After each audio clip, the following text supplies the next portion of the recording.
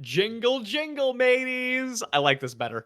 Welcome to Jester Bros Cartoon Travelers, where my brother and I explore the vast and beautiful worlds of animation for the perfect place to call home. And today, we're going to jump right into your childhood memories and nostalgia, all right? Because it is time to go through the Rankin Bass universe, which I'm probably going to title differently because some of you might not even know what that is. Um, it is Rudolph, Frosty, Santa Claus is coming to town, all those stop motion Christmas films that have been on since like the 60s or the 70s. Yep. That is the universe that we're talking about today. I'm now that you mention it, I want to pull up a list because there's a lot actually. They do Easter, they did one terrible Yes. Halloween one. There's a lot. Yeah, I pulled up, I generated a list of some of the major ones that are probably worth discussing. Yeah. Um, it's obviously holiday season, and for some people that might mean Christmas, or it might mean Hanukkah, or whichever holiday that you celebrate. But Rankin Bass, uh, it will not just be Christmas today, even though that's what a lot of people know them for, because like you said, Easter and Halloween are both there.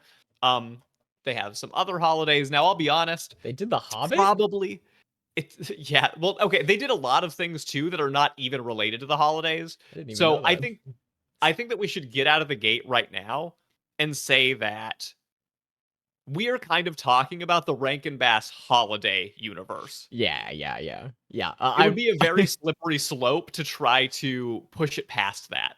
Yeah. We're not adding the animated Lord of the Rings universe into this as well, which I didn't know they were Right. part of. Right. So this is mostly going to be the stop motion, like claymation thing that you're used to, but there is also a two-dimensional element, like Frosty the Snowman is part of this too. So it's a little bit complicated in terms of how we're going to discuss it, but I do think that the vibes of all of these holiday specials are very similar, and they do kind of the same things. So it should be enough for us to talk around it. Let's say that there's a portal in this universe that you can hop between stop motion and 2D animation. How about that? That sounds good to me. Okay, I think Well, that's the easiest way to technically simplify it. speaking, though, we have both stop motion and 2D in this.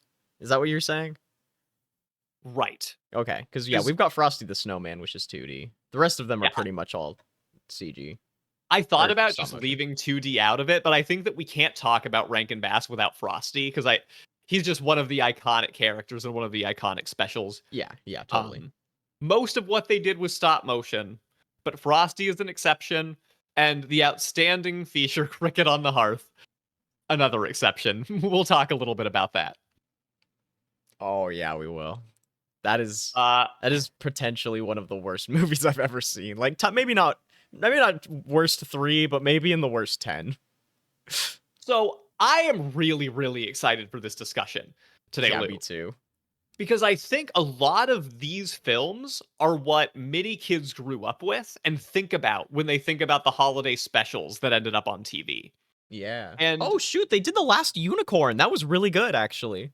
yeah, no, they have the thing about Rankin Bass. And by the way, if you're curious, this is the last name of two guys. It's called Rankin Bass Productions or something like that. Yeah. And they produced a bunch of animation. It was not just the holiday stuff.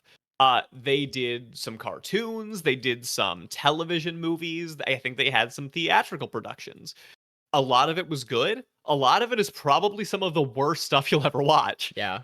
Yeah. It was total variance Yeah. in the quality of their stuff. And you could even argue, probably pretty strongly, that the most beloved of their things are still not very good, but they give you the holiday vibes that you're hoping for Yeah. when you are seeking out something of that nature. Yeah, I mean, I would credit them for being part of the reason why we have Christmas specials in syndicated television.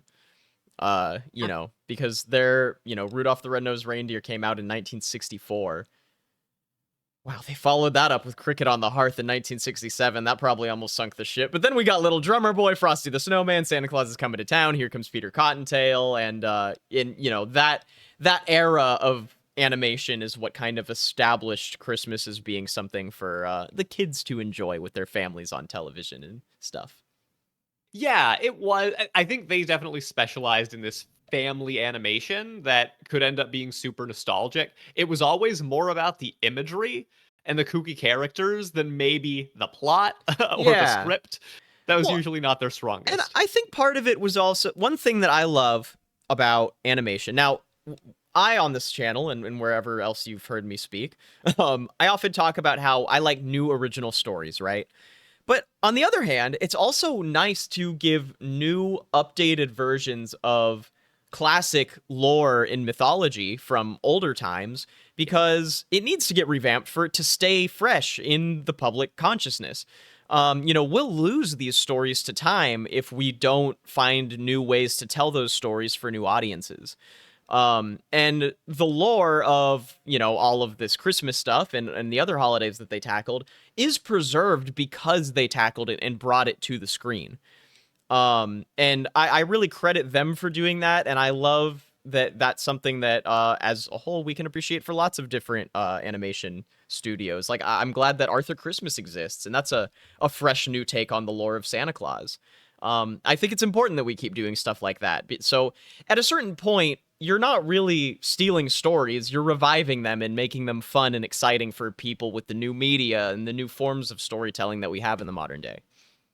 Sure, super well said. And these were films that actually somewhat developed out of stories, but also songs. Yeah. Right? Rudolph the Red-Nosed Reindeer was already a Yes. song. They were able to make it. Here, Santa Claus is coming to town. Another song that people knew. They Honestly, were sort of I able didn't to know that. use that title. I did not know Mhm. that. I thought the songs were for the movie. I didn't know that. That's really cool. Yeah, no, I should probably fact check myself, but I have spent a while believing that that is the case. So okay, thank you. I I'll see check you really actively quick. fact Yeah. checking me. I need to get a But shock mount. Sorry that everyone can hear me typing. well, and there have been times where other companies have tried to make Christmas films just based on song titles, and probably for varying success. Uh, You are but yeah, correct. The Rudolph the Red-Nosed Reindeer song was based on the 1939 story that was written. yep. So they were able to use that song and then create a story around it. And look, it's a classic. Even with some of the major issues from let's just jump right into Rudolph to sort of like be the propelling point here, because I do think that it is the most iconic and Oh wait, probably the one that most people have seen. let's travel into the world. Oh yeah. Okay, we're going. We're going? Okay, ready? You ready? Yeah. Ooh. All right, cool. Ooh, it's cold. It's chilly now. Dang, yeah, it got a lot colder. Yeah, it's snowing. Whoa, is that a misogynist reindeer? And oh my god, a bumble! And the Yeti. Yeah. Yes, the Bumble is the Yeti. Sorry if you don't know that. Time to brush up on your Rudolph. All right, so I don't mean to open with this, but Let's talk about racism and sexism. there are a couple like very glaring moments in Rudolph that I think people watch nowadays and they're like, ugh, yikes. Yeah. Oh yeah, there's a lot of yikes in Rudolph specifically. It is like specifically kind of sexism and the way that they portray the male and female roles in society. Unfortunately, pretty prevalent from that era. Yeah. It's not but subtle definitely- either. It's like, It's not. all the women are docile, so they stayed home while the men went out and did. I'm like, whoa. Yeah, it's the kind of stuff that just gets worse every year. Yeah, it does. It gets worse. And there's two big moments of it, and the rest is pretty much fine. Yeah. But I think that it's hard to watch it and not have that be stark. And the reason I bring it up is because we are choosing potentially, do we want to move into the Rankin Bass universe? And we are acknowledging that we're potentially moving into some ideas from the 70s and 80s. And I might take some issues with that. Oh my. Well, I mean, this one was 1964, so yeah. I mean, Okay, 60s. yeah, 60s and 70s, I would say. Not that they didn't go further than that, but most of it was then. Yeah, so there's let's just say the Island of Misfit Toys is looking a lot more is already looking a lot better to me. Okay, fair. And I think maybe there's some other weird things that happen in a variety of these films, but Yeah. we're not going to harp too much on it. I do think it's worth acknowledging. Well, also Santa Claus endorsing child bullying. That's a good one.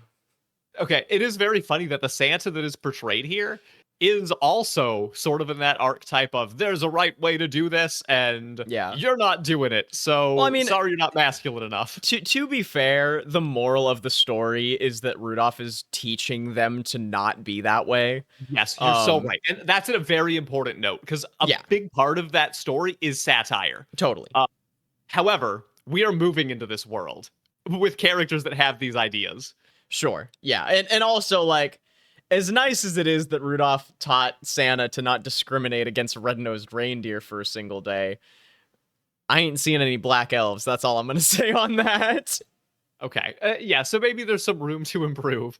But again, I think that I think you have to acknowledge that as the elephant in the room with some of these Yeah, because when you totally. watch them, if you're somebody who's never seen them, you didn't grow up with them, you're not nostalgic, you might have some pretty like abrupt takeaways of, Oh, yeah. oh God. Not to mention, you might just think it's just terrible, like, artistically. Sure. Okay. Well, that's the other thing is I think a big part of the reason we love a lot of these things is because we grew up with them and we see some of these stories as synonymous with the holidays. And we watch them again and again every single year. And not a decision I regret. You know, I acknowledge that it's the case. Totally. But I will say, I do it think is that true. there's such a thing of certain stories do hold up and stand the test of time. Like, I think How the Grinch Stole Christmas seriously still stands the test of time, regardless of Totally. what you think about Dr. Seuss, because I know that he's got his own set of issues as well.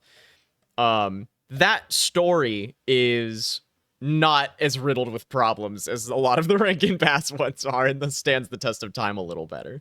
Yeah. Yeah. No, I totally see what you're saying. But with that said, the Christmas imagery of Rudolph specifically Yeah, it is really good. ingrained in our mind. It's like a breathing Hallmark card. Yeah. The way that we see this, like you said, the island of misfit toys is somewhere that these broken toys come for solace because they have been deemed as not being worthy of being given to a child. Again, kind of blame Santa for that. Luckily, it gets remedied. You Yeah. see all of these holiday characters. You know, You know what? I never actually thought of appreciating Santa as being a super flawed character, and this conversation we're having is actually making me kind of appreciate that take on it.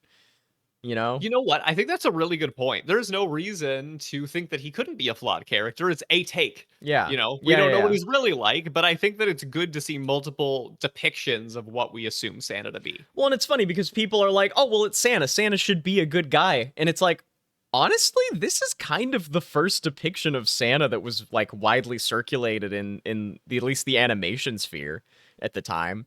And it had a lot to do with how we perceive Santa now.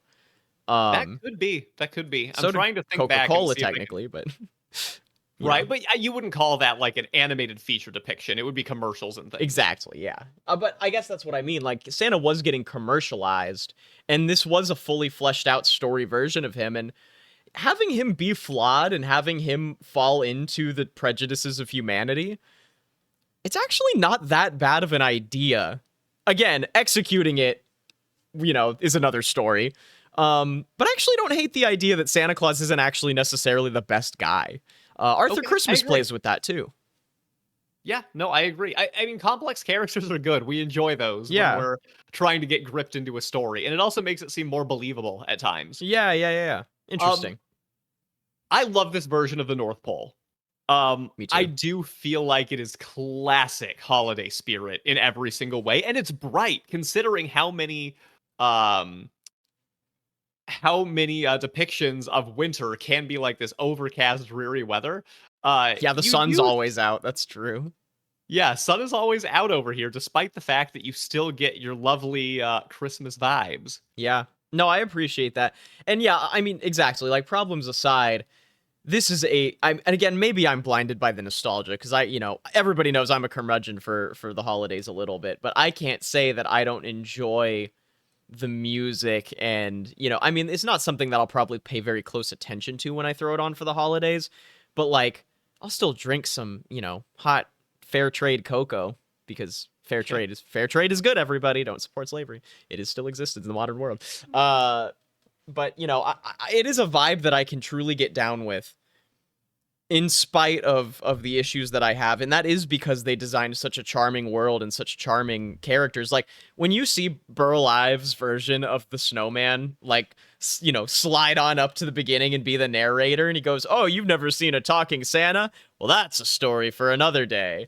And then Frosty the Snowman comes out years later or whatever. That's And Santa also Claus is cool. coming to town. Yeah, and Santa Claus is coming to town. Oh, maybe I confused the line in the story, but you get the idea. Right. So yeah, no, it's really, the colors pop. It's really pretty. We talked about a little bit of the Uncanny Valley in the Polar Express last episode, and this has a little Uncanny Valley at times too. Like the elf creatures definitely are sometimes a little weird looking. But it's very stylistic, and so you can accept it, right?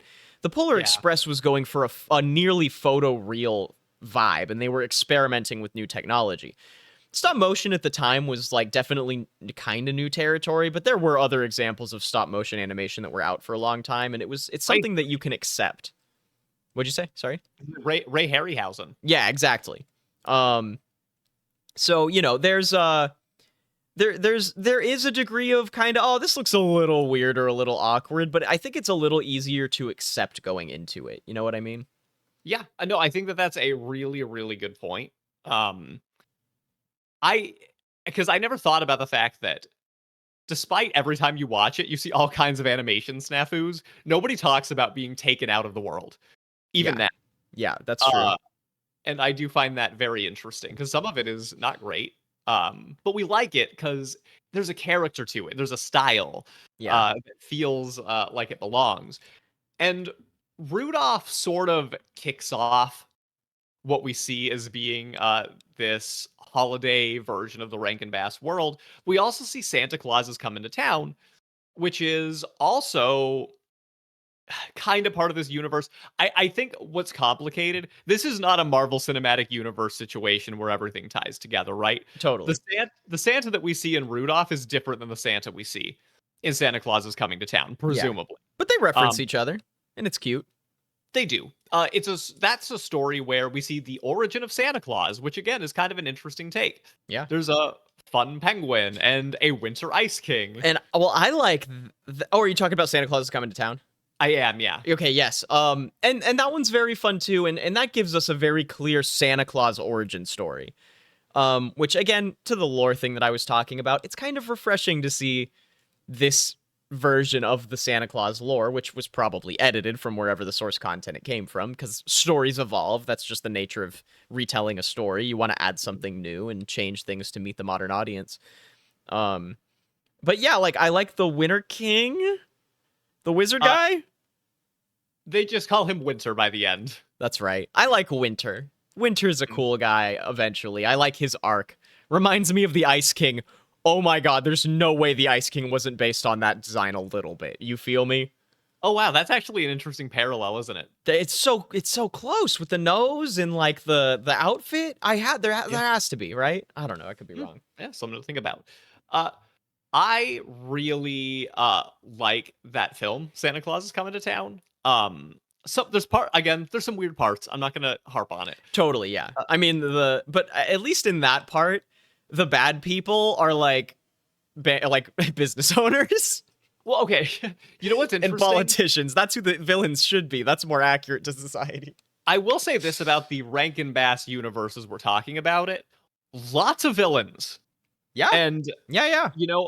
I think that everyone kind of has this bad guy that's sort of bad for kind of different reasons, but they are all meant to have like a softer side. Yeah. And they've just been like beaten down by society. A little bit. Burgermeister Meisterburger didn't have kids' toys when he was a kid, so he wants no children to ever have toys. And it's kind of symbolic of like the symbol of like what happens when somebody grows up with a somewhat messed up childhood. And it's not like we're expecting super deep complexity from these movies. We're expecting a Santa Claus origin story, but they did justify his meanness. He's not just mean for no reason, and I do think that's cool. Sure, and to then jump to the other one of the big three, I would say, The magician in Frosty the Snowman, in just a 22-minute film, we do see Bro. waves with him. I love him. I actually love him as a character. His voice actor's phenomenal. He's so goofy and pathetic. You don't want him to mess with the kids, but you genuinely feel bad for him. Like, I'm in the flow arts. I'm somewhat in the same ballpark as a magician. And being a magician could totally be a thankless task. You know what I mean? I mean, your whole shtick is based on people not knowing how complex or difficult your tricks are because you're just trying to make it look like magic. And I would hate that. I've decided that I don't want to do magic because I love the art and I love people appreciating how much time and effort I put into difficult, like fire spinning tricks that I know how to do. And with magic, like sometimes the most simple tricks are the ones that get the most applause, but it's all about hiding how hard it really is to do. So you never get gratified for how difficult it is. And granted, this is an example of a magician that's not very good, but I respect the grind. I respect the art, and he's passionate about being a magician, and that is awesome. I love him. Awesome. All right, good. We're making sure to give the magician his due. Yeah. What would you do if somebody just took a magic hat and suddenly they were an amazing flow artist? I'd be pretty pissed. No, I'm just I kidding. don't know if it's an exact parallel, but I do feel like what's interesting about this, right, is he throws this hat away, and then the magic hat sits on a snowman, and suddenly real magic happens. And he's like, man, I'm trying to do all these complicated tricks, and all of a sudden, real magic. What am I supposed to do with that? I joke that I said I'd be mad, but I usually wouldn't. Because the thing is, sometimes I've definitely met people who get a trick that I've been working really hard on for years to get, and they get it in like a couple hours of practice, But part of the reason it's good for artists to work so hard on their craft is because it does allow new generations to stand on the shoulders of giants because they can go even further than we went. I'm not competitive as an artist in that way. I think it's great that people could learn from the things that I've done. And my Instagram is Mr. Knots, if anybody's interested in poi spinning or fire spinning. But just to contextualize what I'm talking about, because I do really care about poi and the flow art scene and stuff like that. And I do care about trying to innovate new tricks and, push the meta of the art form. But when people take what I've done, and I've seen some people take like this trick category of tangles that I work really hard on and do better than I do, I'm just excited for them. I'm like, I'm so happy that they could see what I did, not spend 2 years figuring it out and just see how I did it and learn it immediately. And then they can take that knowledge and go even further in their lifetime, Like if you start any art form when you're younger, you're going to be able to get more out of it than somebody who starts when they're older because, you have more time. You have a brain that's more easily capable of learning. And that's great. I think that someone just straight up being magically good, I'd be like, dang, like lucky you. I think I couldn't help but be a little salty, but I wouldn't maniacally try to take away their glory. I'd still just try to learn from them, Well, in Frosty's case, it is totally temporary. Because even though he is able to be overtaken with magic and come to life, he's only there for as long as it is wintertime. And, again, we get Rankin Bass sort of creating this story that is based in old lore, and it speaks to the imagination of children, too. Yeah. We all built snowmen if we lived in somewhere that was cold. Oh, yeah. And, maybe dreamed of that snowman coming to life. Yeah. And I think it's a really lovely concept. And I just love about this universe that all of these magical creatures are real. Yeah. I think that is the biggest draw, right? You can interact with them, whether you're in the North Pole or whether you're just in this little town where a snowman comes to life. You are in a place where the impossible is possible. And that alone is quite appealing, I think. I agree. I think that, and again, again, this might be nostalgia talking, but I think that the animation and the music design in this one is particularly pleasant. I like this world. I like the school. I like the characters. It feels fun. It feels whimsical. It feels like there is magic and something very pleasant always on the horizon. It's not very pessimistic. Even our villain character at the end, he still has an optimistic take. We do see Santa Claus in this special as well. And, Santa says, if you're good, I'll get you those like magic whatever thing that you wanted. And he's like, oh, I'm gonna be great. I need to get busy, busy, busy, and runs away into the freaking horizon of the North Pole. I'm sure you're about to go on like a 50-mile run to get to the nearest like place where there's a house. But yeah, no, it's very fun. And that style and that vibe and that life is something that we don't fully experience in real life, and it makes it very enjoyable to spend time with, Yeah, I think that's part of the magic of those specials. They're also fairly short. We don't have to sit down and watch a whole movie. We just get a bit of a sample size of these whimsical worlds. Yeah. There is also the Year Without Santa Claus, worth mentioning. If you grew up with some of these specials, you may remember the Miser Brothers, Heat Miser and Snow Miser. Oh, that's right. That's right. Yeah, these two, I don't know if they're kings exactly, but elementals, I guess. Yeah, two opposing forces that can't get on the same page. And honestly, again, there's some interesting messages there. Yeah. About duality and it's, I mean, if you're in America right now, you can definitely understand how polarity is destroying the ability for us to find beautiful Christmas-like vibes. You're very right about that. And again, that's a story that I won't spend much time on because I think probably less people who have seen it. Yeah, I just straight up don't remember it as well personally too. Sure. Let me ask you something. Do you associate wintry, snowy weather as being Christmas? Or could you like foresee yourself still celebrating the holidays just as easily without any snow involved at all? Because a lot of people don't have snow at all, right? And that's kind of what Heat Miser represents in the film. Totally, yeah. Yeah, like places like LA. I mean, we lived without snow for the longest time. It's a tricky question for me because truth be told, I don't fully get into Christmas the way that I used to anyway because of like, again, I'm trying not to be like too much of a Grinch and talk about it on when we're having cartoon discussions, but the corporate greed ruins a lot of the holiday for me. You know what I mean? Because it's very directly hypocritical for what the message of the holiday is supposed to be. It's like how Thanksgiving to me is an excessively hypocritical time of year because it's like we're giving thanks for our absolute excess of luxury and wealth, and we're going to bask in it by not doing anything good for humanity and gorging ourselves until we fall asleep. Rankin Bass in it. That was pretty good. That was actually really funny. I hate you.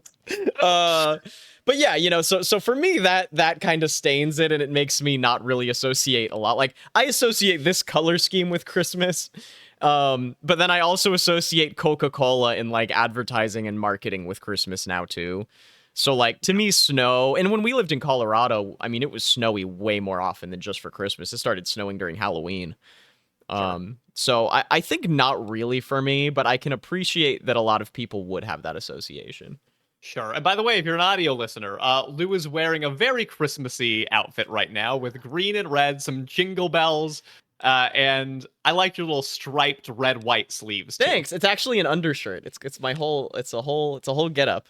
Wow. Okay. I love your spirit. You say that you don't have it, and yet here you are. I won't show the bottom half, but I'm trying to be a sluttier elf this year. Okay. Every time I think I can get away with a family-friendly episode, I'm wrong. So, I do agree with what you're saying. I also think that people have to have the right mindset, and there's totally a way to celebrate the holidays in a way that is super fulfilling and joyous, and also, not having to lean so hard into the commercialism of it all. And yeah, listen, and I do be honest. Some of us enjoy a bit of commercialism with our holidays, whether we like to admit it or not. God right? Damn it. like, truth be told, we think of these images from commercials. Even Rudolph itself is commercialism, right? Or any of these shows and movies. Is it? Isn't that art? I mean, it's art, but they do stand to make money every year by replaying these same things off of our holiday interests. And we don't have to be sad about that. Like, we can still love the art. Yeah, but I don't spend money on it. I torrent it. No, I'm just kidding.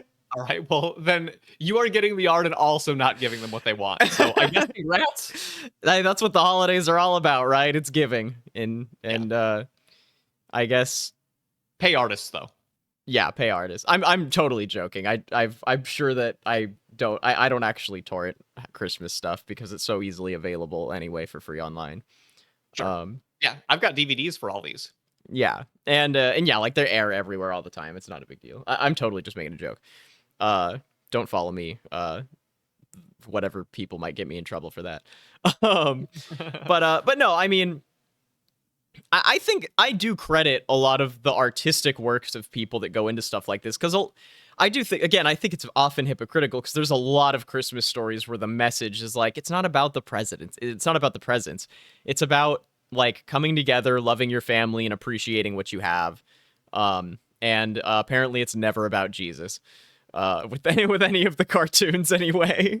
Well, let's talk about Jesus for a second because The Little Drummer Boy is another famous Rankin Bass short film that is religious. Yeah, that it is. That it is. And I think that they maybe dabbled in some other religious themes through some of these. And I do think, again, kind of have to acknowledge it. The reality is that many of the specials that they worked on are ones that are associated more with Christianity than other religions. Like we have Easter, but we don't have Hanukkah. We have Halloween, and that's a pagan holiday, technically. Okay, there you go. But it's still ones that are predominantly celebrated in America and probably the most mainstream of the holidays. So it doesn't capture everything. Yeah. I want to say that because we're choosing to live in what is kind of like the holiday version of Rankin Bass, very Hallmark. Yeah. And it is very specifically these holidays. So by calling it a holiday world, I think it is missing a lot of other holidays that are out there that might also be great to have in something like this. We don't get it here, and that's disappointing to me. Yeah. And it's very much we're looking at the white American holiday. But, to be fair, that's what we grew up with too, and that's what we're familiar with. 100%. So I don't feel bad talking about it. Like, no, me neither. That's our world. It's not that different from going into the holiday doors in the Nightmare Before Christmas world either. Yeah.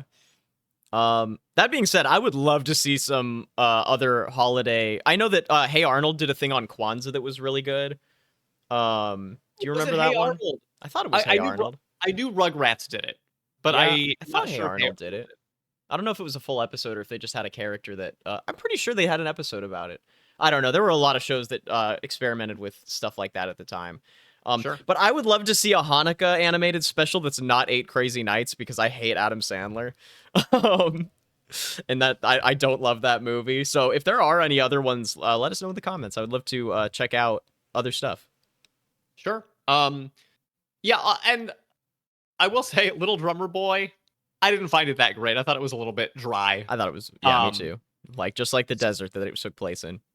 Well, and also speaking of dry, let's talk about one of the worst specials that we've ever seen, which is also part of the Rankin Bass universe.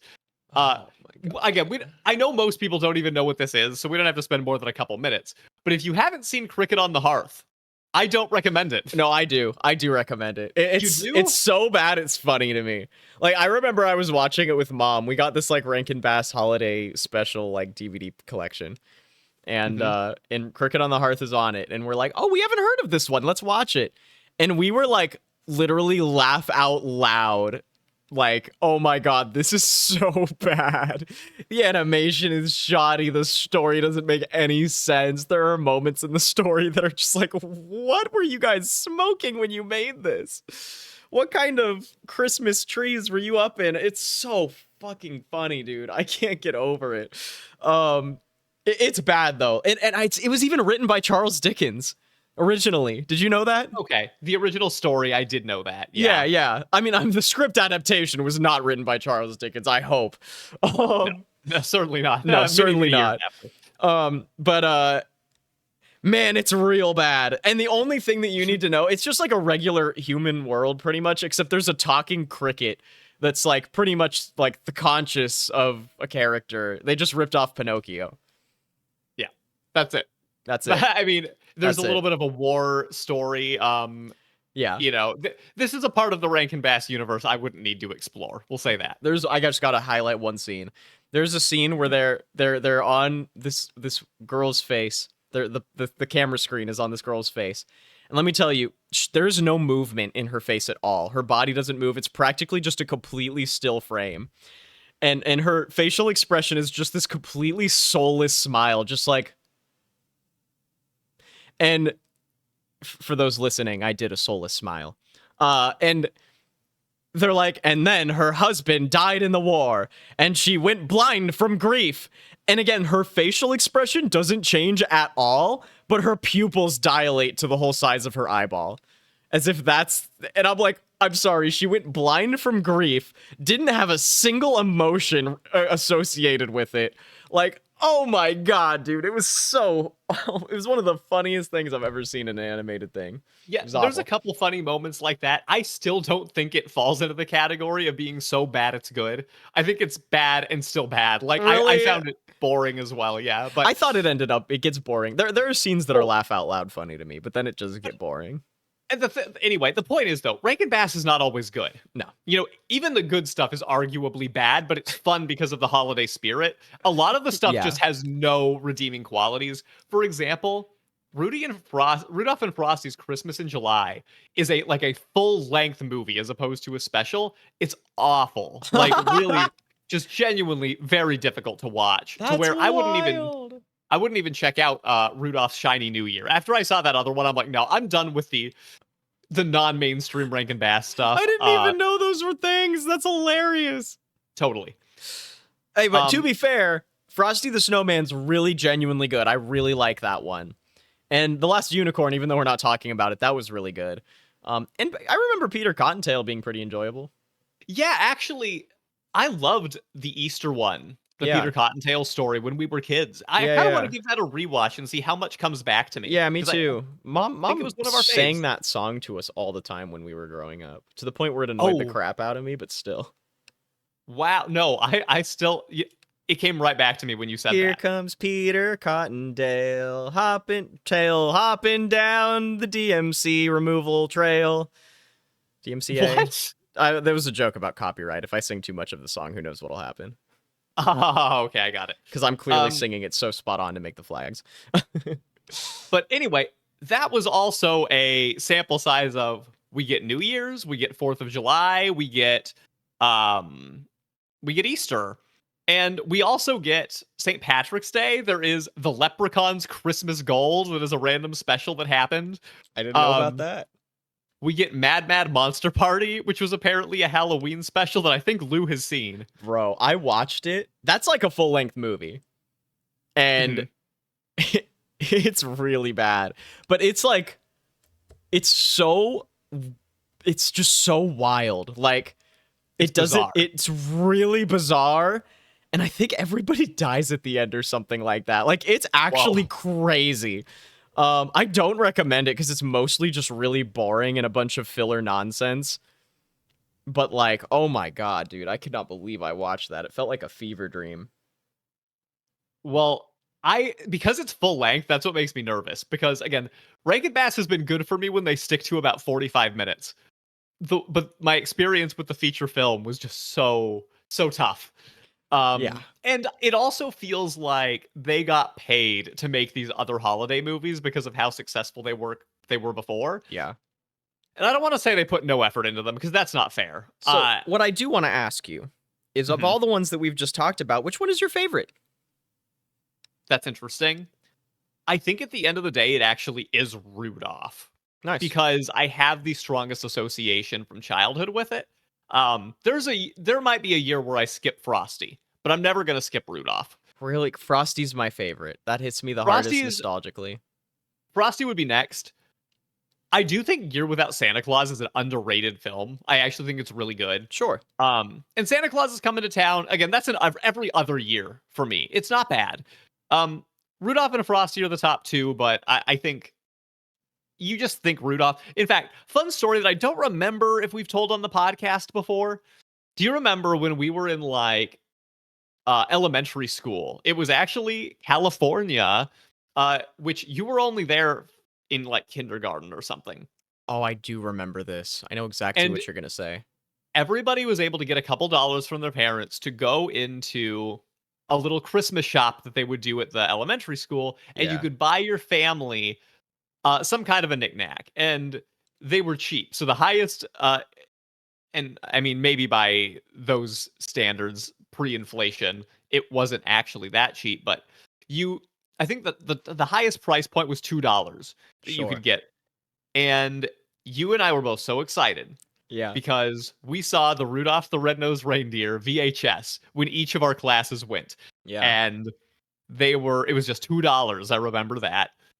And we spent the $2 to get the VHS for each other, Yeah. and should be a wholesome moment. It's like, oh, you thought to give me the same thing. No. I mean, I remember being excited because I bought it for you because I wanted it. And so I when you was gave it really to me, I was upset. like, hell yeah, this is a win-win. And you were very upset about it. I was very upset because and to be honest, I'm trying to go back into my childhood brain of being 8 years old. Like, what was upsetting about that? Was it? You had very particular ideas of how you wanted to celebrate stuff a lot of the time. I think that's probably what it was. Um, I envisioned the moment being, I'm gonna surprise you, and the surprise felt ruined Yeah. because you got me the same thing. And I Which is funny because I was so happy to get it. that's such a granted- better mentality. Well, I mean, my also child brain didn't factor in the fact that if one of us had it, we both had it for the family. I didn't think of it like that. I thought of it as I was giving you a thing that's yours, and you gave me one, so now I have one too. I also weirdly thought of it as a waste of money. Like, oh, these were $2 that could have gone somewhere else. If I had known, I would have gotten you something different, or vice versa. And That's funny. yeah, I don't know why I would be so upset about those kind of things. I had it weirdly early in my head as a kid that it was not good to waste money. And I mean, I think that probably comes from our parents. well, maybe a little bit, but I think I also had a mind for efficiency since I was very little. To your point, I wanted things to go a very specific way. Yeah. So it's interesting to think back on that story now, because now me now would be like, wow, that's such a sweet thing. We got each other the same gift. There's a whole Christmas story about that. I forget exactly what it's called. Yeah, They I play with remember it what in you're Mickey's talking Once about. Upon a Christmas Time, but it comes That's from an right. earlier story. That's right. All right. I'm going to shout out Nestor, the long-eared Christmas donkey, and Jack Frost as two other films that we did not discuss. Oh, Jack Frost was good. I like Jack Frost. I'm glad you said that. I bet a lot of people have seen that one. The hell is Nestor the long-eared Christmas donkey? Well, I guess we're going to have titled to find out. Oh my god. Not even Dominic the Donkey, which was I know. a song that could have been played with there. Well, I mean, we established Rankin Bass wasn't exactly cultural influenced, so I think the Mexican origins of that might have put them off. Okay, nah, yeah, I mean, maybe there's something to that. I could just either be way, speculating, but who knows? I will watch the Nestor special if I have a chance. You After do this that, year, and you let me know how that is. Okay, good. I think I'll Well, hold off. We have done a great job, I think, talking through a bunch of the different Rankin Bass films, and I think we've gotten some kind of a general sense of Yes. what these were like. Are they appealing to you as a cartoon world or universe to move to? Some of them, yeah. This universe is, I mean, especially if somehow we have access to, assuming that they're all in the same lore, if we could hop around, that's even more fun. Mm-hmm. Because here's the thing, for Rudolph, same issue with Polar Express. I'm not trying to live in the North Pole all the time, right? Yeah. That would suck. But living in a world where there's this much whimsy and magic and lightheartedness and it's colorful, I don't mind that. And I will say that, actually, even though we didn't talk about it very much, being an elemental would be very cool too. Like, we have the Jack Frost and the Heat Miser guy, or Frost Miser, Good I don't point. remember. And that has potential, because I think there might have even been some spring character that met them harmoniously in the middle. It's been a while since I've seen it. Well, we actually didn't even talk about the different character options at all, now that I think about it, which we normally do. And I think it's because it's so expansive. Yeah. But you probably, the most exciting thing would be to either be a holiday creature yourself or to interact with them.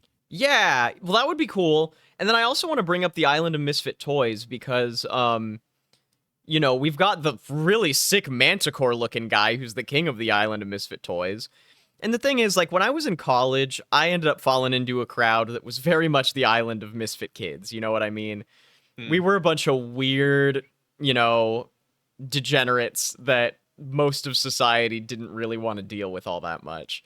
I wouldn't use that phrase to describe y'all, but I would. I mean, that's definitely how a lot of the campus saw us. But that's the thing. That's not really how we would describe the Misfit Toys, but that's how they were viewed that way. Obviously, it's not good to internalize that sense of what's the word? There's a sociological word I'm looking for it. Okay. Subcultural. There's something that happens when you're in a subculture where you get pinned. Deviance. Oh, okay, yeah. We don't want to internalize the societal idea of being a deviant, but it's hard not to when everyone looks at you that way. You know what I mean? When I was walking around with Poi on my shoulders and I had my whole hippie outfit on, and everybody was kind of interacting with me like I was not to be taken seriously. All very favorably say. It's kind of hard not to internalize that a little bit and feel like that is who you are and that society doesn't want you. Now, some people that breaks them down and makes them feel bad. Some people love it. Like, I owned that feeling. I'm like, yeah, because mainstream society is usually filled with a bunch of stupidity, in my opinion. It's nice to feel like I'm on the fritz of society because I tend not to agree with mainstream society and I think most people would if they really thought about like consistently their ethics and values and stuff like that. And so for me, I find identity in that. And that's why the Island of Misfit Toys seems like fun because I would want to be there supporting all of these people who are outcasts, and to be, maybe like a weirdly because none of these toys are even like broken necessarily. They're just different. Some of them are almost just kind of normal toys even. And I'm like, what are you even doing here? Why didn't they like you? That's awesome. You know what I mean? And that's what deviance is. There's nothing broken about you. You're just different. And I love that. And I love that there's this nice king guy who's there to protect them and make them feel wanted. And they have this society.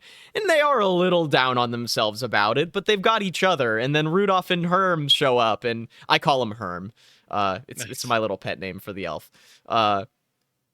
They show up and they kind of band them all together, and I think that's really nice. I think it's a really nice story about how to overcome that adversity when, the mainstream people like Santa Claus are telling you you're not good enough. All of those people can kind of come together and be like, well, you know what? We don't need to be like Santa. We can be our own, ragtag group of people. And yeah, we're kind of weird, but we're still valid to be alive. And that's such an empowering message, and it's such an empowering way to live. And also, the island is just kind of cool. I kind of want to shout that out as a place that I would probably vibe with. The only issue, again, being that, well, you know what? There is sunlight there. It's probably cold, but it is still colorful and bright. So I don't mind that. I think that that's cool. And if you're a toy, you may not notice. Yeah, exactly. Yeah, maybe you don't need vitamin D if you're a toy. Maybe you have a completely different psychosociological system that your happiness is much more based on the toys you get. Wait, you are a toy. Wait a minute. I have some questions about that now. Yeah, we can say biopsychosocial to encapsulate everything. Sure, that sounds good. But wait, if you're a conscious toy and you're given as a gift, is that slavery? I mean, listen, I probably not. I think that the rules apply differently here. Okay, but I'm watching you, Rankin Bass. Once a year, I'm watching you. But to your point, though, I do think that would whisk you out of the place that you're trying to be eventually. So is that a problem? Oh, like those toys get given to kids eventually? Oh, that does end up happening. That's right. Oh, yeah, that's a problem. Which is unfortunate because I do like how you're thinking about it. I will hop in and say, I can't really find the role that I feel like I would want to fit in any of these. I think that's my problem. I like where you're going with it. Yeah. But that one doesn't jive for me, and I can't think of anything else that really would. Even though I love to watch these films, I think that they come from a time that is very different from the time that I'm comfortable living in. I like that there's magical creatures here, but I'm in no case am I walking into a world that feels like it has the magic that I'm looking for on this thought experiment. And I will say, even though I have nostalgia for these specials, they're not my favorite Christmas movies. I like Polar Express a lot more. Yeah, that's fair. There's others that I like more. So for some reason, just there's nothing that makes me excited about any of them. So much as where I might kind of say a blanket no, I don't think that I would move. Wow, you know to- what's funny? I think I would genuinely move to the Frosty world Okay. because it's so I love the music and I love the animation. I just love the vibe. It feels so much fun, and I feel like even just as a normal person, it's a fun place to live. Be a little bit better than this. Yeah. Well, and it would just be enjoyable. It would be like, you know, there's magic in the world.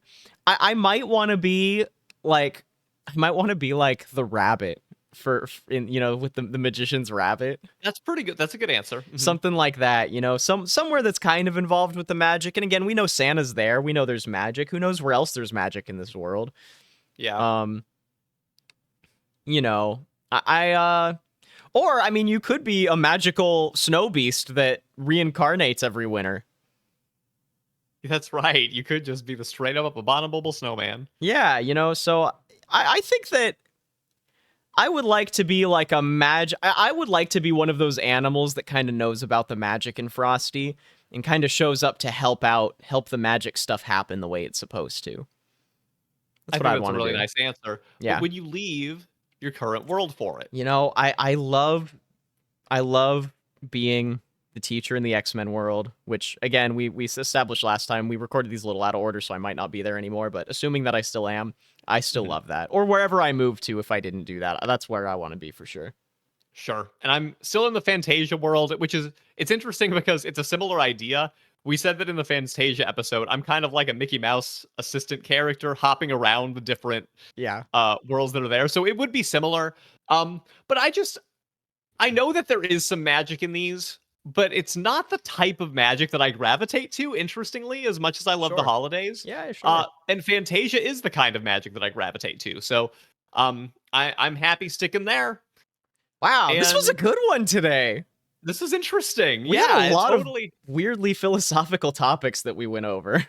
Sure, not ones that I necessarily expected to get into Yeah. going into Rankin Bass, but again, it's a wide-ranging slate of animated properties. It's Yeah. not just one thing that we're getting into. Totally. So, I had a lot of fun with this, Yeah, me and too. I will say this was going to be my last chance to move for a while because the next episode that we record is probably going to be the last episode that we drop before Christmas.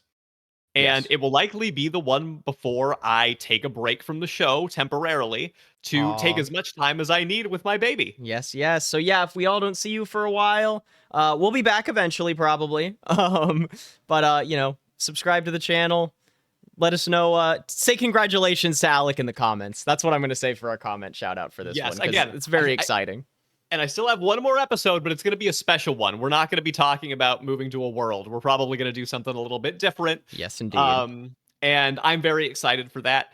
I will say that hopefully the actual show break will be shorter than the real time break because we're recording a bunch of episodes early to try to Yeah. get a little bit ahead. Totally. It probably won't cover all of it, but for all I know, you'll have not that much space in between seeing me again. We'll see. Totally. Yeah. Thank you all so much, and happy holidays. Happy holidays. Jingle jingle.